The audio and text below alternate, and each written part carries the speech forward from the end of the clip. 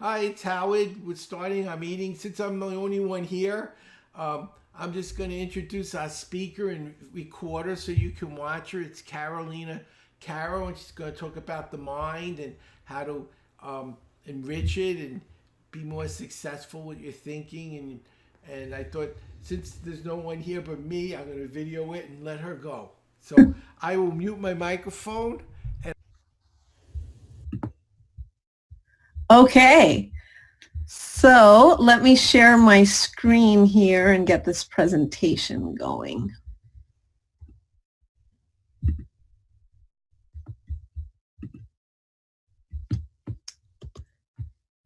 Okay. Got it. It's working. Okay, perfect. So thank you, Howard, for the introduction. So today what I'm going to be talking about is mindfulness and how we can use mindfulness to train our brain to thrive.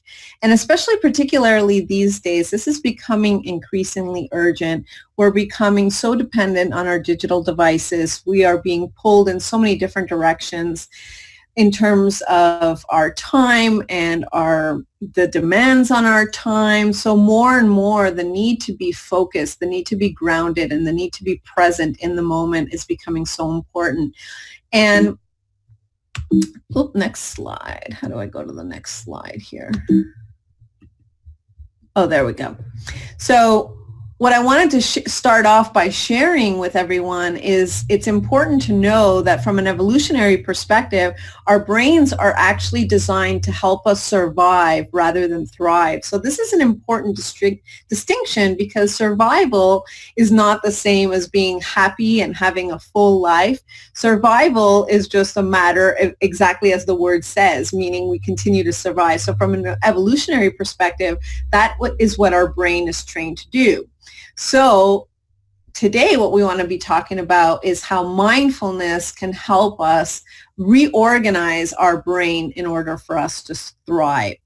And is this possible? Well, once upon a time, we actually thought that the number of neurons that we were born with, so those are our brain cells, actually were the ones that we died with, or worse yet, we would decrease the number of neurons that we had over a lifetime. But what we know now is through the process of neurogenesis that that's actually not the case. So what neurogenesis means is that we actually have the ability to generate more neurons. And so why is this good news? It means that our brain is not static, which is what we once upon a time believed was true. And even more so, we know through the process of neuroplasticity, and what neuroplasticity means is that we're actually able to create, think of it as like new highways in our brain. So the ways that our neurons fire in our brains is like creating these pathways or these, think of it as highways in the brain. So the process of neuroplasticity actually allows us to create new habits. So that's the amazing news. We're not stuck with the amount of neurons. We're not stuck with the brain that we have, so we can actually create new habits. And so what this leads to is mindfulness. Mindfulness as an intervention. Mindfulness as the tool that allows us to discover our blind spots and create new habits as a result. So I want to introduce us to the idea that what we are is really neurocircuitry. That is everything that we are is neurocircuitry. So we think thoughts, we feel emotions, and we run a physiological response. And that loop actually takes less than 90 seconds. So I'll walk you through a brief example here, which is this 90-second rule that I just introduced. So I'll have a thought. And in this case, I'll think to myself, my partner, again, he left the seat up in the bathroom once again. So that will lead to me feeling the feeling, which is I'm upset. I've told him this many times that he should leave the seat down, and he didn't do that.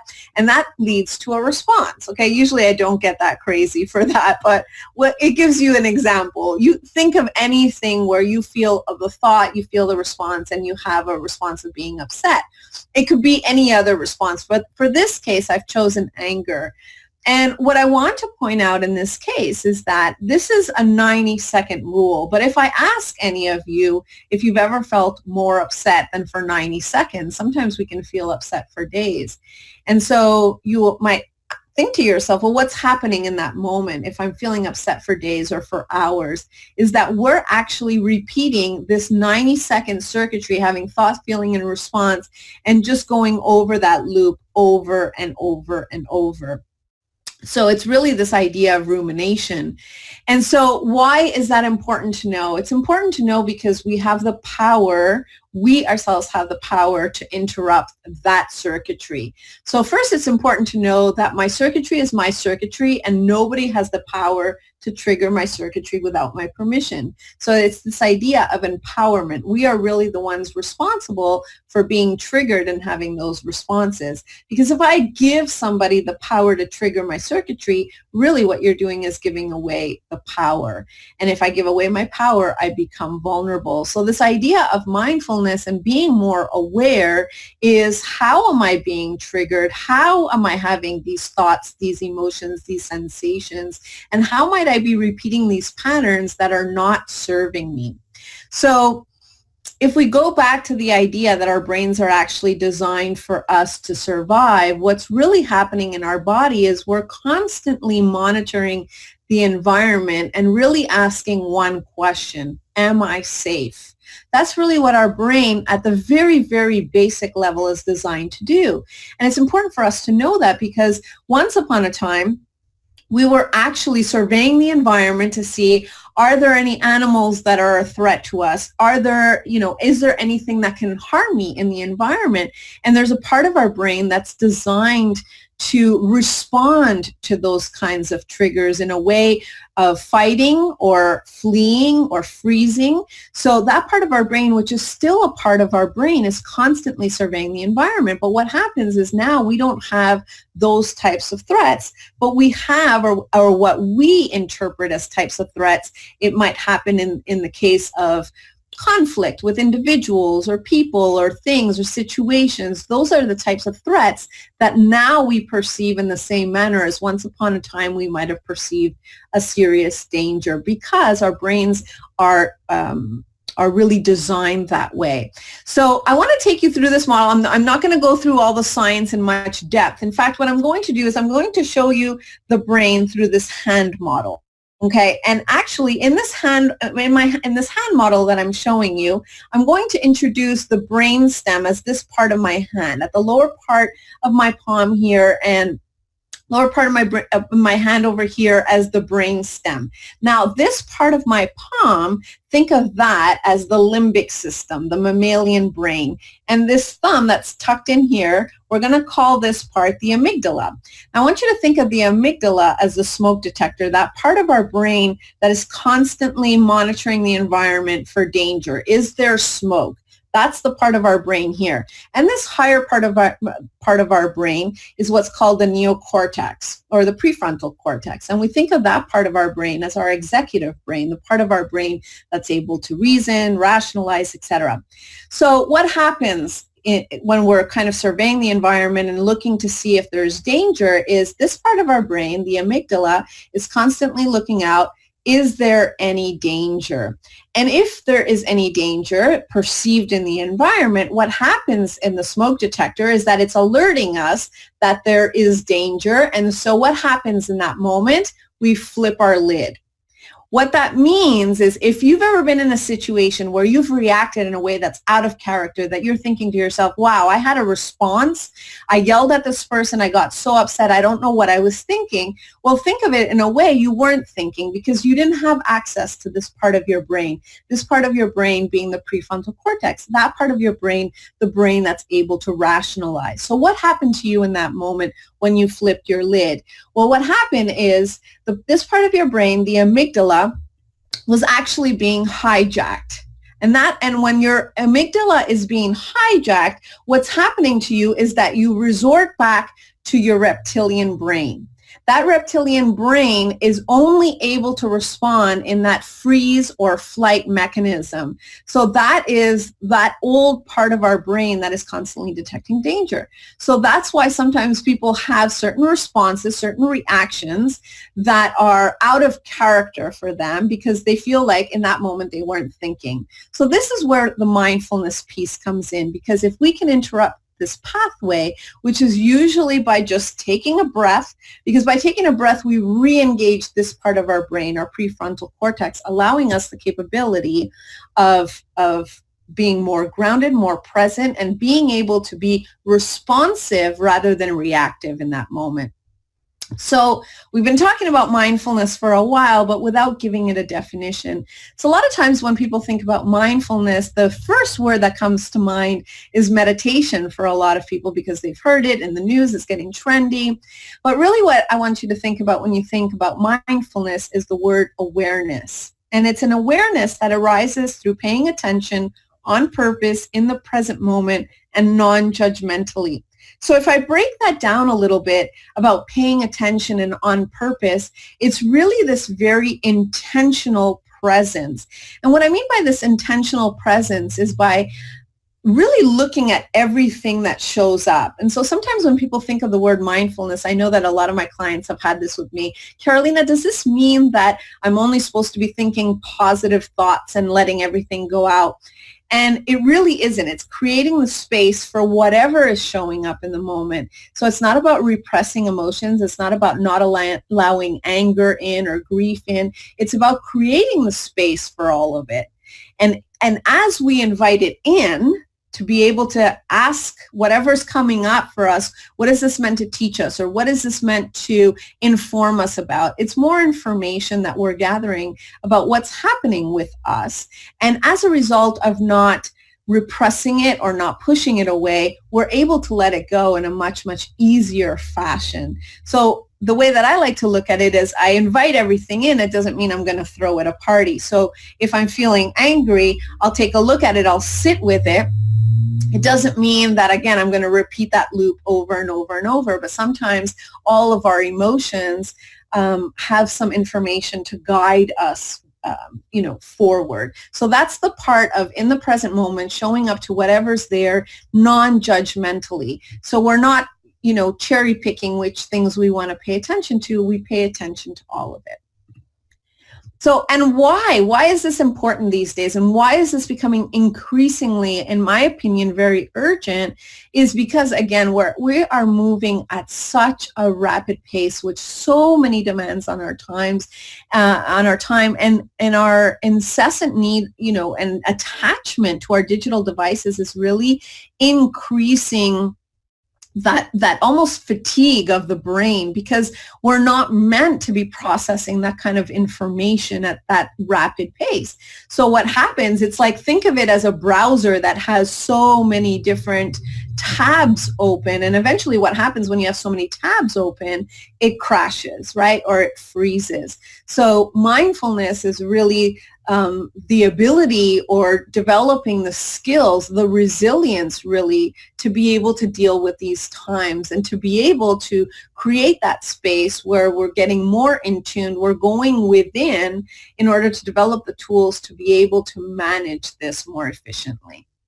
So there's so many different, benefits that come from mindfulness, and I'm not going to get into all of the science behind it, but there's been obviously a lot of research done that it helps in so many different areas, not only from a physiological perspective, but also everything that it does in terms of helping with compassion and kindness, not only to others, but also towards ourselves. So I'll share a little bit for those who do need a little bit of the science to better understand this. And there's been studies that have been shown for those people that have had a mindfulness practice for some time, they actually do observe differences in the brain. So one area is that they find that there's a highly functioning anterior cingulate cortex areas. So this is where there's better integration of emotion and logic. So what happens there is, especially today when we have so many distractions coming at us, we're better able to cope with that. There's also been evidence showing increases in gray matter in the hippocampus. So that they've shown that with people who suffer from depression or PTSD that have a smaller hippocampus than normal. And finally, this is just a select few. If you go into the research, you'll see so much science and so many different experiments that have been done, but it's also been shown to decrease the activity in the default mode network.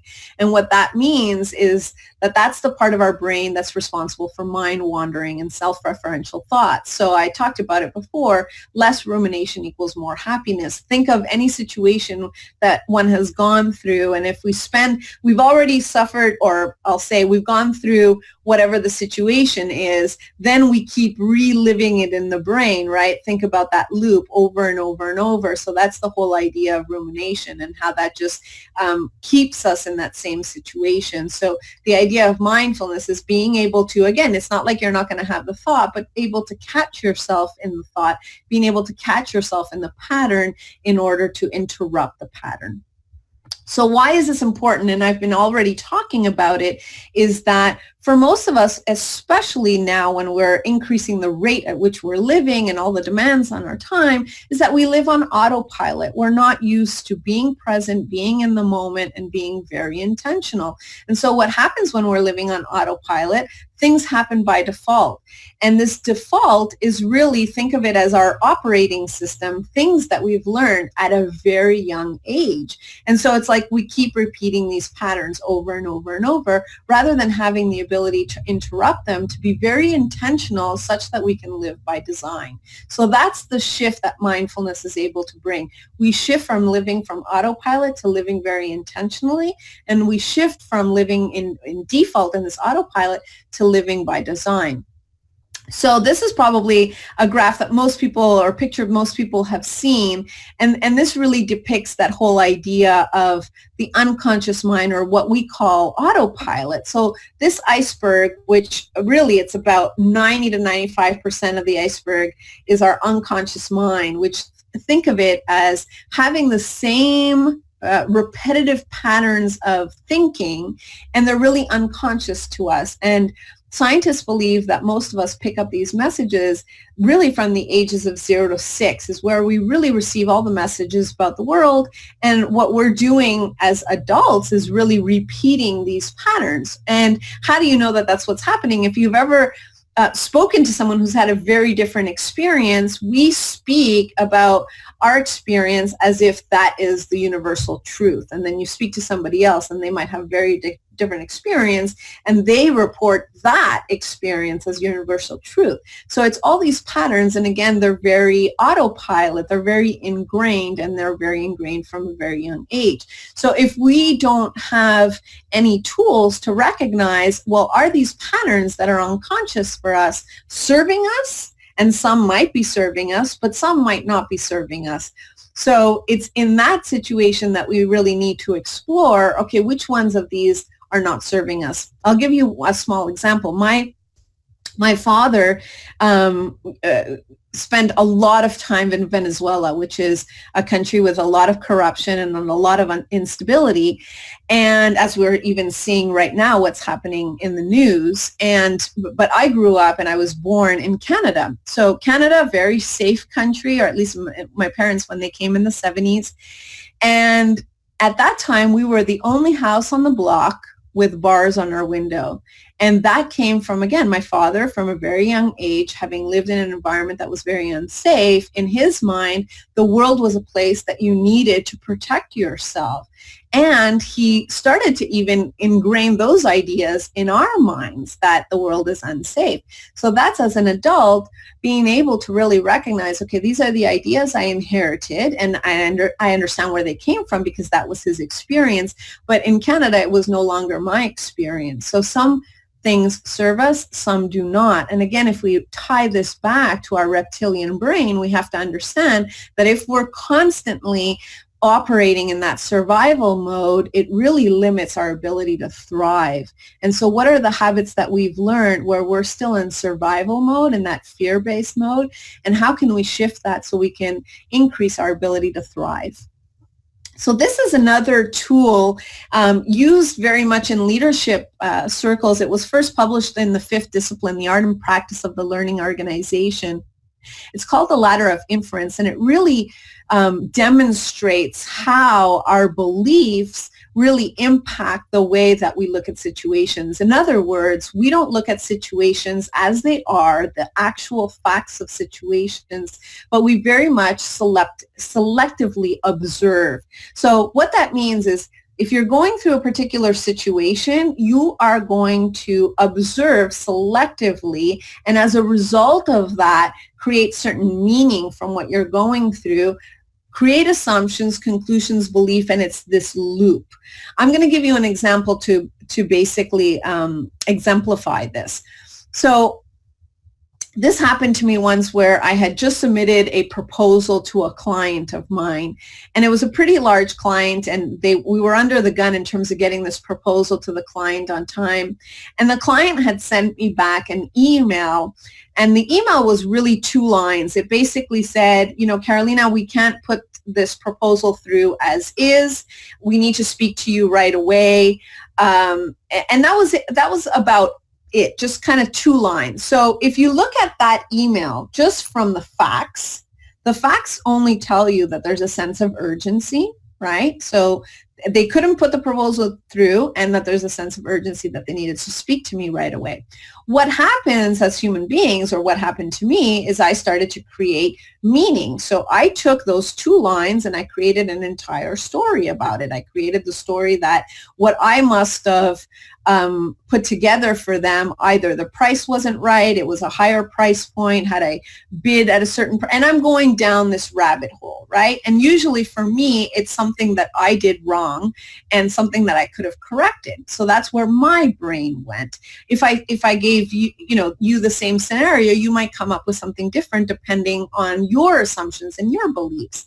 So I use that as an example to then show you that what actually ended up being the case was that the reason why there was a sense of urgency, it was because they had a budget that they needed to use and use it quickly. Otherwise, they were going to lose that amount of funds. So they actually wanted to grow the proposal that I had submitted rather than telling me that I had come in with a high bid or anything like that. So, and this happens all the time, right? Think of any situation that we go through, especially in conflict with individuals, where we start creating stories about individuals or the scenarios because we've taken the facts and created stories and meanings out of it based on our own lens and our own perspective. And if you think back to the iceberg that I showed, it's about things that have been ingrained in us from such a long time.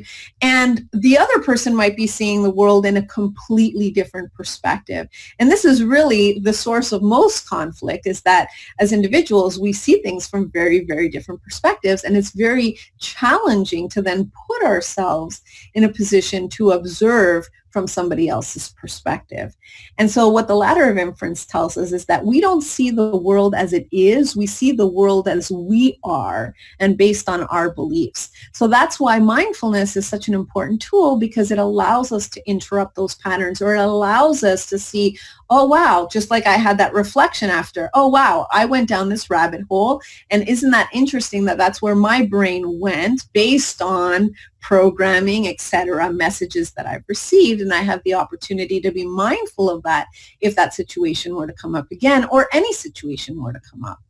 So that's one thing, paying attention to our thoughts, but it's also very important to pay attention to our energy.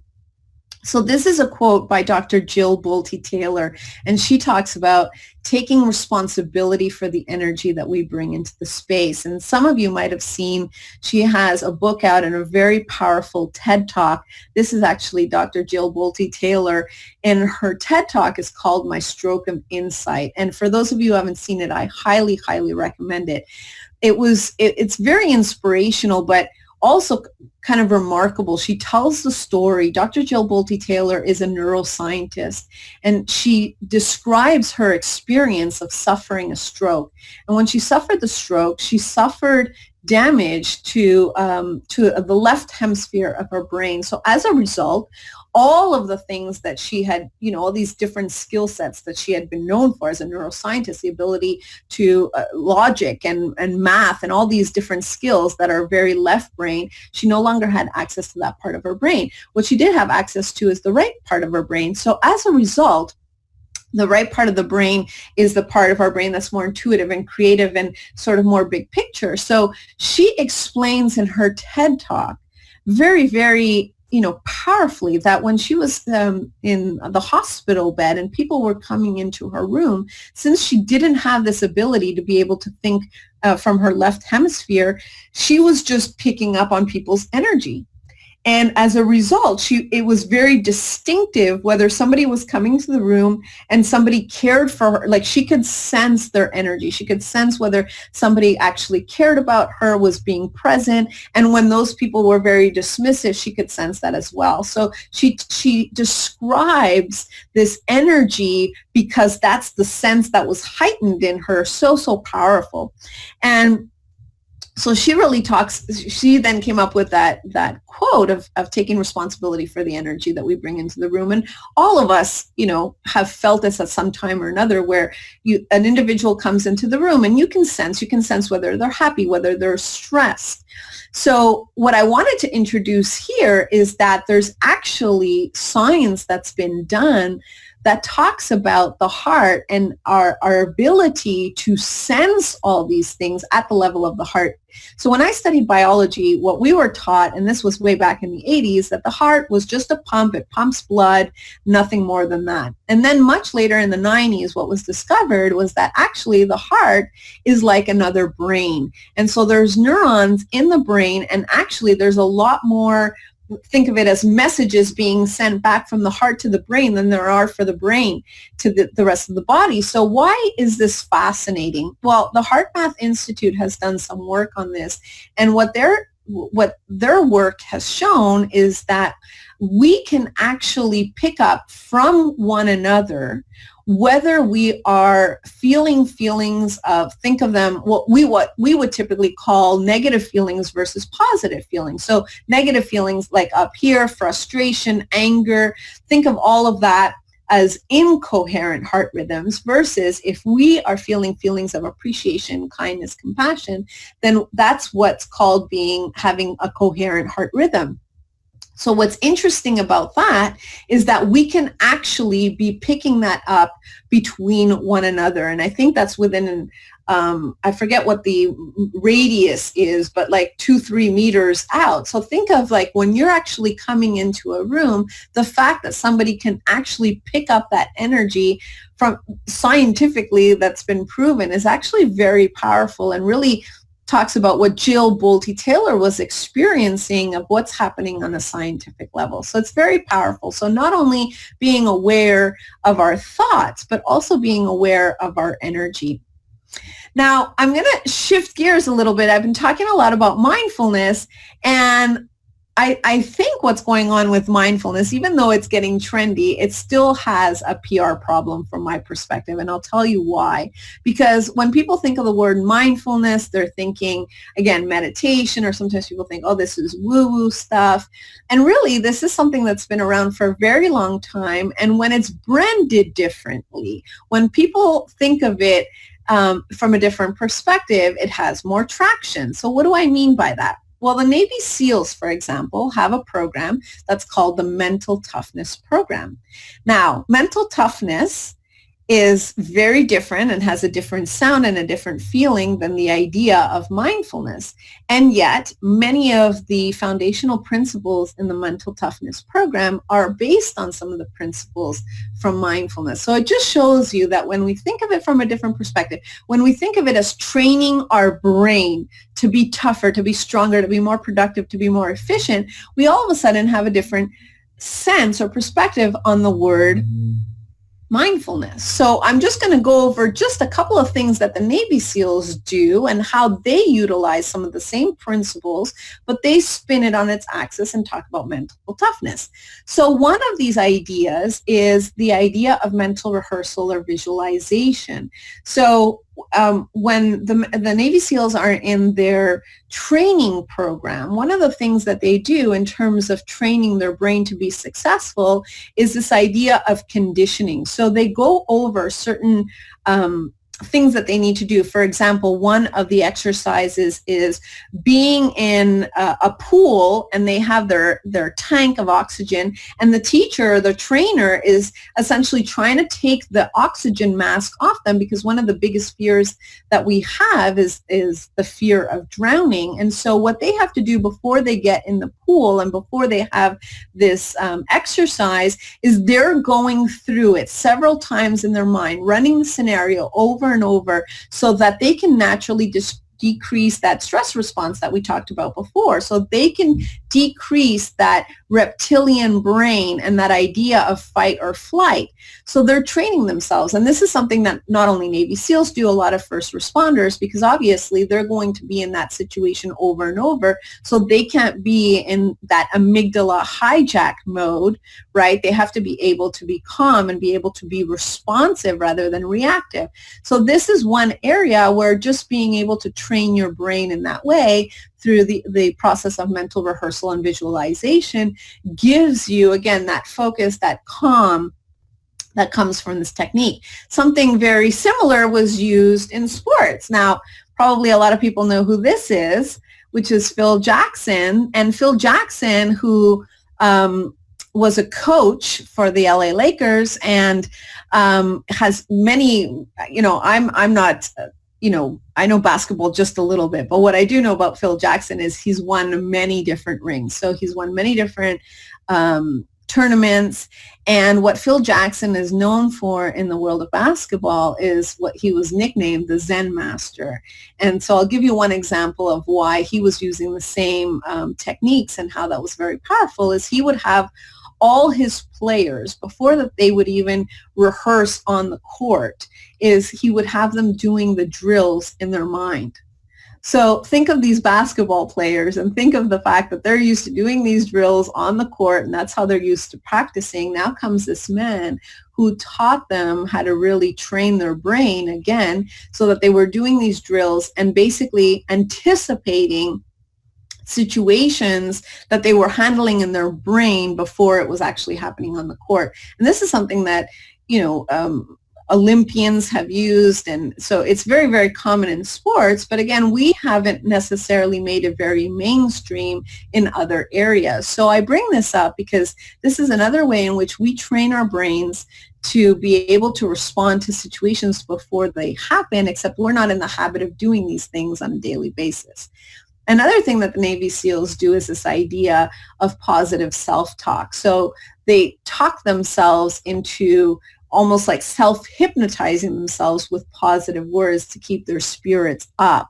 And so this is one area that in self-help, sometimes it's called affirmations. But again, when the Navy SEALs do it, because we're talking about mental toughness, it just has a different perception. So I bring it up to talk about the fact that we are already using these tools to train some of our best people like the Navy SEALs, except we're not translating some of these tools into everyday life that could help us in terms of focusing, in terms of emotional intelligence, in terms of productivity at work, in terms of dealing with conflict, communication, etc. And the last one that they do, which they call arousal control, but is really a form of breathing, and you can think of it as many of us do when we're doing meditation, which is just focusing on our breath. So they call it 4x4 breathing, and they know the importance of really focusing on your breath and being able to hone in on that as not only an anchor, but a technique that you do during stressful period, which really, when you think of it, is another way of looking at meditation, because for many people, when you're doing meditation, is you're anchoring your breath and focusing on your breath. So I bring up these few techniques in the mental toughness program to describe many of the similarities that are in the mindfulness, the idea of having these mindfulness tools, and the fact that we can use them as well in our everyday lives. Can you tell us what 4x4 breathing is? Pardon me? Can you tell us what 4x4 Yes. breathing is? Yes. So what it is you take in for breath, like for the count of 4, you take in a breath. So what it would be is In, 1, 2, 3, 4, hold, 1, 2, 3, 4, and then out for 1, 2, 3, 4. So that's what 4x4 breathing is. I mean, you could, in meditation, some people just focus on their breath as they're inhaling and exhaling. What it really is, and that why they call it arousal control, is because when you're able to really focus on your breath and control it, you're able to have access back to when I described that upper part of the brain. So that's what really makes the difference between having access to this part of your brain, which you want your first responders to have, rather than when they flip their lid and they're really accessing the reptilian part of the brain when I described the hand model. So that's really what's happening. And so that's really why we want to be able to use a tool like mindfulness. And for us, it might not be a situation like first responders. For us, it might be, conflict at work, our coworkers, our family members, with your partner at home, whatever the case might be, with your children. But it's still as much of a powerful tool as it would be in the case of your first responders, your Navy SEALs. So the take-home messages here is really that mindfulness is a tool for mind training, and it can be used to improve the performance and quality of our life, so that our brain, again, when I first introduced this, I talked about how it's really designed for survival and not for thriving. But there's these tools like mindfulness that can help us shift from that survival mode to thriving. And that really, it takes intentionality. And so this is not something passive. Sometimes people think of mindfulness as something passive because we're sitting there and in our being, but yet it takes a lot of really discipline and commitment for that intentionality to just be and to create these new habits. And something as simple, yet not always easy, as focusing on our breathing can have a profound impact on increasing resilience, because again, it gives us in touch with that part of our brain. So that's really all I had. And I just wanted to end on the fact that I usually put out a newsletter, and it's all based on leadership strategies that are founded in mindfulness. And if anyone's interested in that, then they can text the word mindful to 345345 and enter your email when prompted, and I can add you to my newsletter.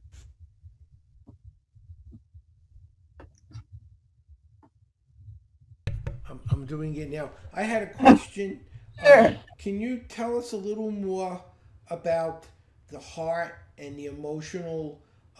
Where can we get more information? I'm a psychobiologist, and I didn't know the heart was able to be involved in a consciousness or an emotional evaluation. Where is that information? Where can we get more information on that? Yes, if you look up the HeartMath Institute, they are the ones that have been leading the way in this area of research. So when you go there, you'll actually be able to see the studies that they've done, the discovery they made about the heart, about the fact that it's another brain. There's been other groups, obviously, that have then built on a lot of this research, but they're really the pioneers that are still doing a lot of this work. So it's called the HeartMath. Correct. And it's something I was going to tell you, you might find useful. You're talking about the plasticity of the brain, and they used to really focus primarily just on the neurons, because that's what they thought. And then they found the glial cells, which they thought were more just structure and scaffolding. They actually played a very big role in those pathways, because they are the nurturing part. They're the part that feed the neurons. So if a certain group of glial cells are feeding more, that pathway gets stronger because of that. So they didn't realize how much the glial cells were more than just a scaffold. They were actually involved in the neural pathway and plasticity. Definitely. And actually, I would even add that we're just at such an elementary stage of really understanding the brain. Because if you think about it, just when I was in university, again, when I was studying this in the 80s, then it came out in the 90s that it was everything that I had been taught basically wasn't true anymore. And I think that we're just starting to really understand. So this is like, we're at the very, very early stages of really understanding ourselves, the power of the mind, so. I agree. I was doing it in the 70s. So I really, back then they didn't have the PET scans, and they were only working with like single neurons at a time. They didn't get the gestalt. They didn't get to see the bigger patterns. Does anyone else have questions that would like to ask our speaker before we finish our meeting today? Does anyone have a question? Open it up. I see. I don't know who's on 608. I'm not sure who that is. You want to tell us who you are? Or not? It's Charlotte. Sorry, I have a loud background. Oh, okay. Welcome, Charlotte. I wasn't sure who you Thank are. you. It didn't show your name. Does anyone else have any questions? Anyone? Michael, do you have any questions? I think you said no. Okay. So I'm going to close them with, first let me thank you, Carolina. My I pleasure. really enjoyed it. As a psychobiologist, I actually enjoyed a lot of it because some of it I knew, but I saw some new stuff that I wasn't aware of, particularly the heart thing. That really piqued my interest. I'm going to do the four-way test, which is how we traditionally close our meetings. Since we have members now, it's just you and me. So we're going to do the four-way test of the things we think, say, and do. First, is it the truth? Second, is it fair to all concerned? Third, will it build goodwill and better friendships? And fourth, will it be beneficial to all concerned? And our group likes to say, will it be fun? Thank you, everyone, for coming. Thank you, Carolina. And I look forward to hearing more about your work in the future. I signed up for your thing. Thanks, Hal. Take care. You too. Bye-bye. Bye.